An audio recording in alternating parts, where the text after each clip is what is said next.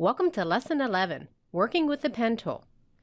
Photoshop includes many vector tools that allow you to create precise, scalable artwork, selections, and masks. In this lesson, you'll find out how to build custom shapes and paths using the pen tool. So why do you use the pen tool in Photoshop? It isn't used to create strokes or graphics like you would in Illustrator, even though you can do that, but typically it's used to create vector shapes that you might be incorporating with images or perhaps masks. And so in order to create these masks, you need to have a really good grasp of how to use the pen tool.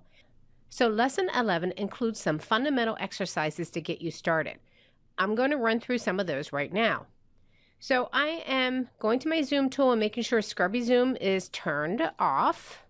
Good. And then I'm holding down my space bar and my control key because I'm on the PC. If you're on the Mac, you hold down the space bar and the command key. And I'm going to select my pen tool and click on these points in exercise 1. And you'll notice that it's just clicking and connecting a path from one place to another. Not a big deal. Now, over here in my tools panel, I can choose the path selection tool that takes the entire path and moves it. Or, of course, I can select the direct selection tool, click off, and then just draw a marquee around one of the points to easily select it and edit it. You can start to see why these are used for selections. You can have really precise selections and then you can edit them easily when you're done. Now let me move on to the next path. This is an open path. I want to deselect it by holding down my control key and just clicking off. Now I'm going back to my pen tool and I'm clicking on the first point in exercise 2 and shift clicking to each of these other points because shift click will constrain it to 45 degree, 90 degree, 180 degrees. I'm holding down my control key and clicking off. Now we're getting into the curved points that require directional lines. You'll notice that I click and drag first. And you'll see that I'm dragging slightly higher than this arch. And then I'm going to the other side where there's a point and clicking and dragging down. This is how you get really long paths. You don't get arches and paths by doing this. And this is what a lot of people do who don't know how to use these directional lines. So instead I click and drag to create a curve point, and then I go to the other side and click and drag down, and then I come over here and click and drag up, and over here and click and drag down. Still relatively easy. If you're following along and doing this, you'll want to go back to the direct selection tool, reactivate those anchor points if you need to adjust them at all. You can move that individual anchor point, or you can move the directional lines to adjust those paths. Now I'm holding down the control key and clicking off again. I'm holding the space bar down to bring up the hand tool so I can push this down a little bit. And I'm going back to the pen tool.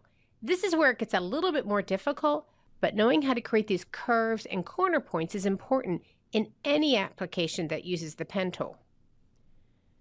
So I'm clicking and dragging up. You already know this, and clicking and dragging down. First arch, great. Now before I let go, I hold down my Alt or Option key, and I swing this directional line back up so that I can easily create this next arch. Now if you forget to hold down your Alt or Option key and swing that up, you can hold down the Alt or Option key and either click from this anchor point or from your directional line.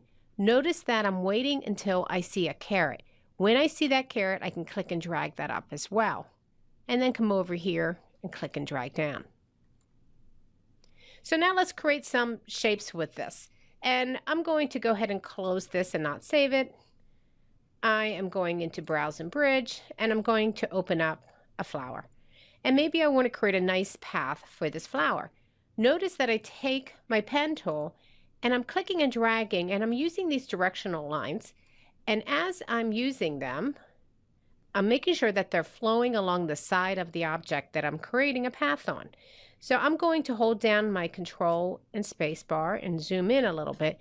And you'll see that as I'm creating this, those directional lines are flowing right into place.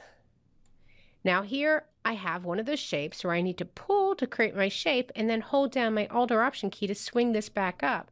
And I swing it back up and I put this directional line resting on the side of that petal, not over here, not over here, not over here, not over here. It's resting on that petal so that I can continue this path as I go. Now, if I need to edit that later, I just leave it because I can just move that point with the direct selection tool later. But you can see how I'm just flowing along. Now, if I want to edit as I am working, I can hold down the control key, and that will activate the last use selection tool. So you can see that I can edit this, the pass and the line and the placement of the anchor points as I go. Now I'm clicking and dragging here and holding down my Option or Alt key and flowing along and creating this path. Now I can even hold down the Alt or Option key and shorten one directional line so that I can create a little bump in the end of the petal and then continue on. I'm going to go all the way up here, hold down my Alt or Option key and swing that directional line back up to continue this path, giving it a little bit of a curve. I'm almost done. Coming down here, we get a little bit of a curve here and continuing around. So as long as you take it easy and you are really paying attention to the fact that the directional lines are not fighting your shape, you're not doing anything strange or odd with those directional lines, they're following the shape that you want to create, it becomes rather simple to create your shapes. And then again, the benefit being that not only do you have a really precise shape, but you can go back and edit those shapes later. Now I didn't click off first, so let me undo that, click off, and then take just one point and edit it. So once you create your path and you've edited it and it looks the way that you want, you can go over to the Layers panel and you can hold down your Control or your Command key if you're on the Mac.